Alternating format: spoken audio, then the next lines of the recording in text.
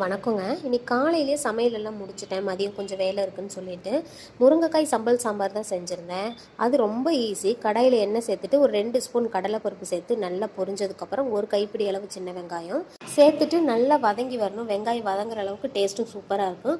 கூடவே ஒரே ஒரு வரமிளகா, கொஞ்சமாக கருவேப்பிலை, ஒரு கைப்பிடி அளவுக்கு கொஞ்சமாக தேங்காய் சேர்த்துட்டு நல்லா வதக்கிட்டு ஆறுனதுக்கப்புறம் அரைச்செடுத்து தனியாக வச்சுடுங்க.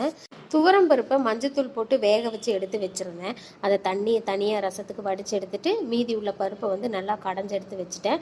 இது கூடவே புளிக்கரைசல், தக்காளி கரைசல், முருங்கைக்காய், மஞ்சள் தூள், ஒரு ஸ்பூன் குழம்பு மிளகாய் தூள் சேர்த்துட்டு தேவையான அளவு உப்பு, அரைச்சி வச்சுருந்த மசாலாவையும் இதில் சேர்த்துட்டு தேவைப்பட்டால் கொஞ்சமாக தண்ணி சேர்த்துக்கோங்க. நல்லா கலந்து விட்டுட்டு ஒரு விசில் மட்டும் விட்டு எடுத்துருங்க. விசில் வந்ததுக்கப்புறம் பவுலுக்கு மாற்றிட்டு கொத்தமல்லி இலை தூவி தாளித்து கொட்டிடுங்க. அவ்வளோதான், சூப்பரான முருங்கைக்காய் சம்பல் சாம்பார் ரெடி.